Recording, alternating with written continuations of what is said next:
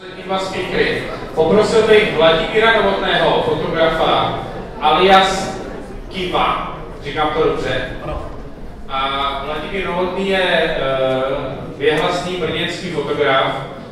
Vlastně ta story byla, že jsme ho zvali na Fuck Up do Brna, ale on byl zrovna v Praze, tak jsme mu řekli, tak přijde do Prahy. Aspoň se někam taky podíváš v životě. A on souhlasil a je to vlastně fotograf, který se věnuje módě, interiéru, vyhrál nějakou cenu někde ve Zlíně. To už je prý dávno, takový jako Zlín press foto nebo něco, na to je napsaný, se omlouvám. Ale jde v podstatě o to, že Vladimír, když se podíváte i na jeho webové stránky www.kiva.cz, tak dělá nádherné fotky. A já jsem vždycky chtěl mít někoho na Fuck Up Nights, kdo by odprezentoval Fuck Up z takové bytostně kreativní profese, jako je fotografie. Takže já předávám mikrofon a 10 minut běží. Děkuji. Děkuji organizátorům za pozvání a pojďme asi na to rovnou, 10 minut je krátká doba a přiznám se, pojal jsem to příliš kreativně, vzal jsem to trošku tak jako napříč spektrem a začneme.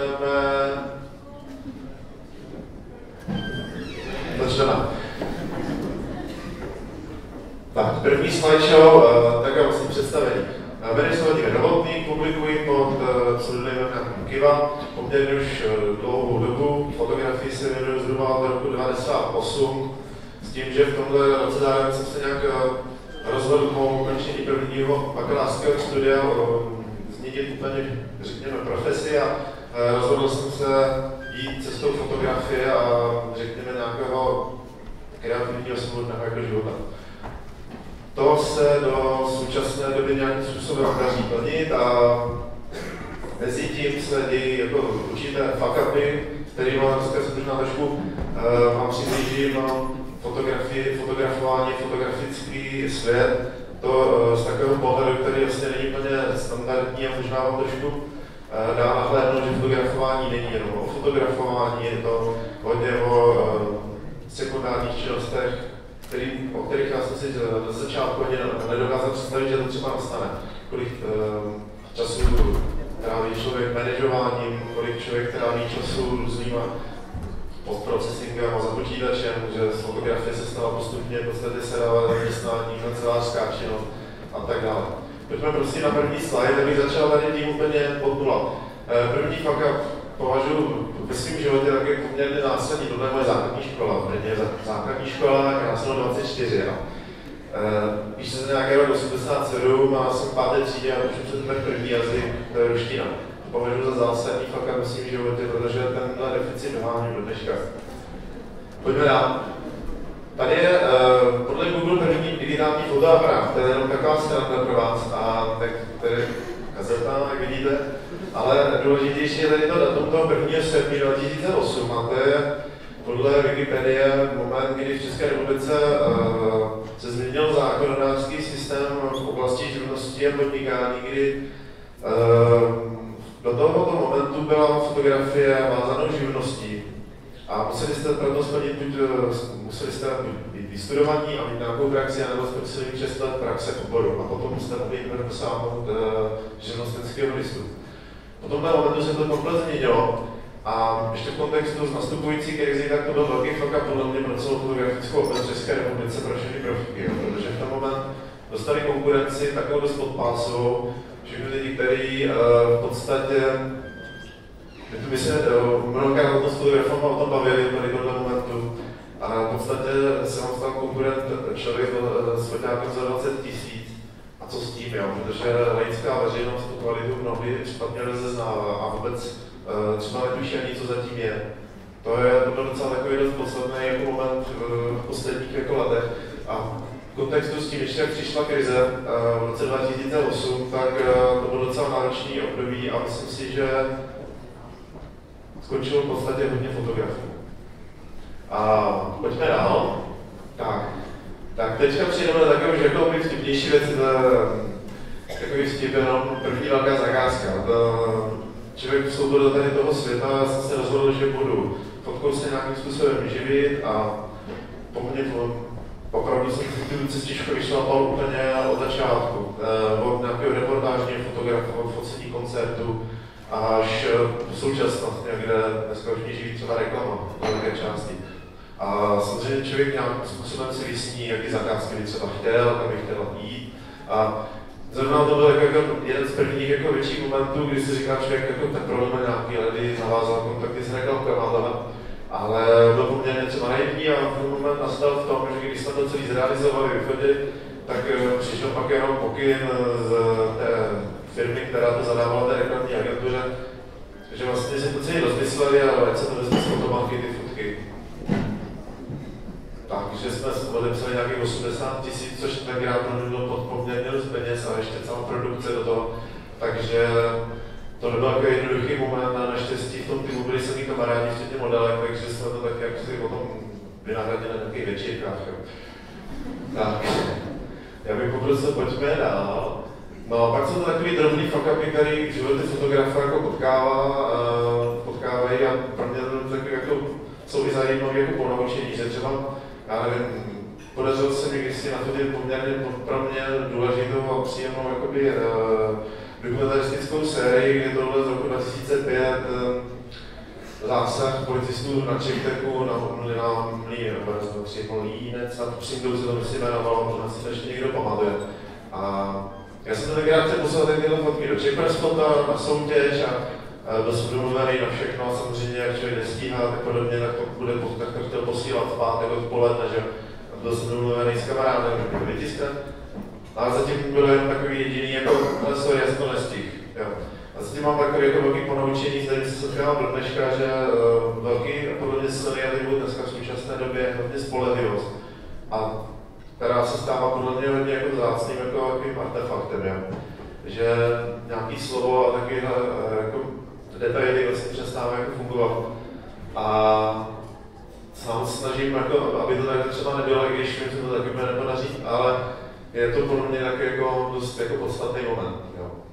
Pojďme skočíme dál. A teďka bych vyloženě nakousil jakoby tu fotografickou fotka z letošního roku, kdy jsme realizovali nějakou reklamní kampaň pro, já nevím, jestli můžeme dát nějaké reklamy tady, Meduza Experience, nějaký vodní dýmky, jsou to takový šikovní kluci z Brna. A ten kompromis, já mám na mysli jako nějaký tvůrčí kompromis a myslím si, že to je poměrně dost často omílaná jako zkušenost z naší branže, nejenom z fotografické, ale třeba i z grafické, kdy je velmi podstatný, aby dostal člověk nějakou tvůrčí svobodu a nechal vám klient vlastně důvěru vlastně tvořit a pracovat.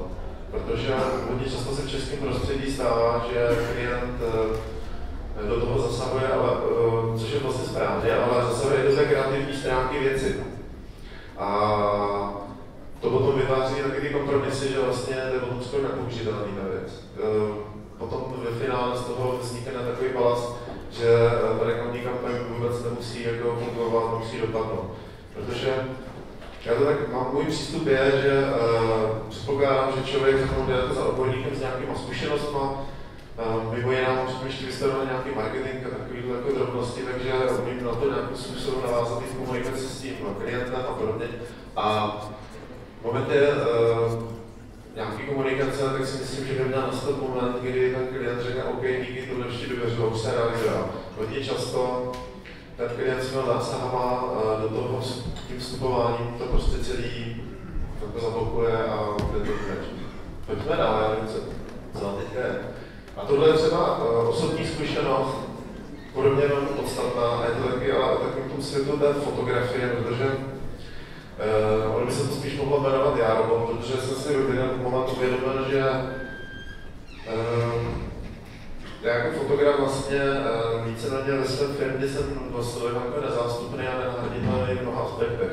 Za prvé ten fotograf, pak ještě samozřejmě klienti potřebují s námi řešit veškerý biznis a řeší se to osobně, je to potřeba řešit osobně.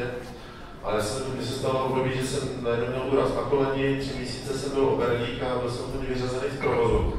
A to najednou zjistíte, že vlastně nemáte pořád nějaký finanční zásoby nebo limity. někde v pozadí, tak je to skoro jako likvidační. A to je docela, bych řekl, dost jako podstatná věc jako zdraví. A když se zvedne jako živnost o sobě, že vlastně tohle fotka je krásná, to je super všechno, ale v podstatě, když se nám něco takového stane, tak co dál, že? Zkusme, dobré, no. Pak je tady, tak jsem tohle úplně v té kreativní části věci a svoboda, to je to nějaká tvůrčí svoboda a je to o tom, že fotka je v podstatě nádherný médium, je to kreativní médium, ale taky v tom jsou zajímavý fakt, aby třeba ve volné tvorbě, s kterými se člověk vlastně musí nějakým způsobem vypořádávat denodenně, protože jde vlastně o to, ve volné tvorbě se hodně řeší nějaký princip originality a jedinečnosti a s tím to je takový moment, prostě člověk se mockrát spálil s tím, že si začal vymyslet si nějaký koncept, vymyslet si nějaký projekt a pak zjistil, že půl rokem někde ve světě vlastně udělal úplně tu stejnou věc. To se stává napříč jako spektrem úplně jako všem lidem, kteří pracují nějakým způsobem volně s fotografií. A je to, s ním se jako nic nedá dělat a je to trošku jako o nějakým všeobecným rozkladu, je to o nějakým postoji k tomu, ale myslím si, že jako vyústění k tomu z toho je, že prostě člověk ty projekty podle mě musí dělat dál. I když za cenu, že třeba něco se děje okolo podobného, protože to je ta osobní zkušenost, z které se potom rodí zase něco dalšího. Děkuji.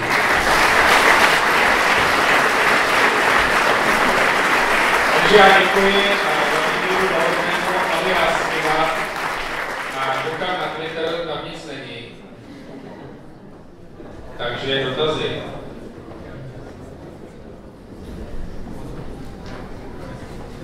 Někdo? Ruka nahoru.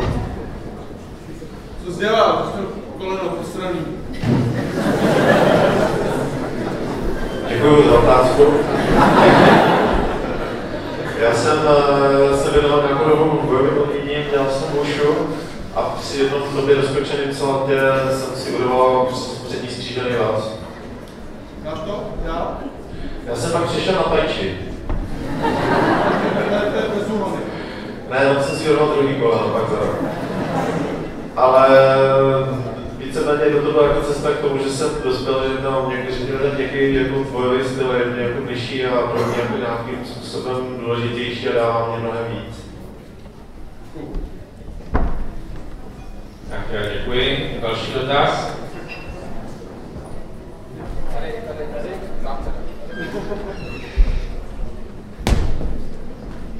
Já bych se zrovna chtěl zeptat, co bys odporučil nějakým mladým lidem, nebo tak, kteří by chtěli začít nějaký kreativní profesi, jako třeba ve fotce?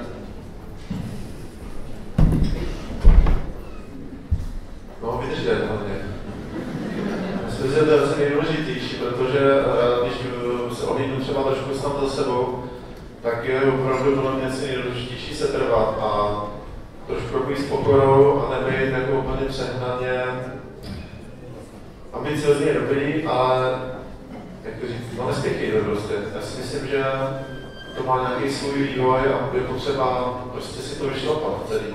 Takhle já mám pocit, že takových těch skokanů, který jako občas kterých jako slyšet, je strašně málo ve finále. Že ve finále prostě si musí člověk s tím projít, je taková trošku cesta. A prakticky myslím si, jako, že by jako nějak jako aktuální a současný dobře se orientovat v tom jako prostoru a mít jako taky nabídnout něco originálního. Tak jo, takže já děkuji Vladimíru, tím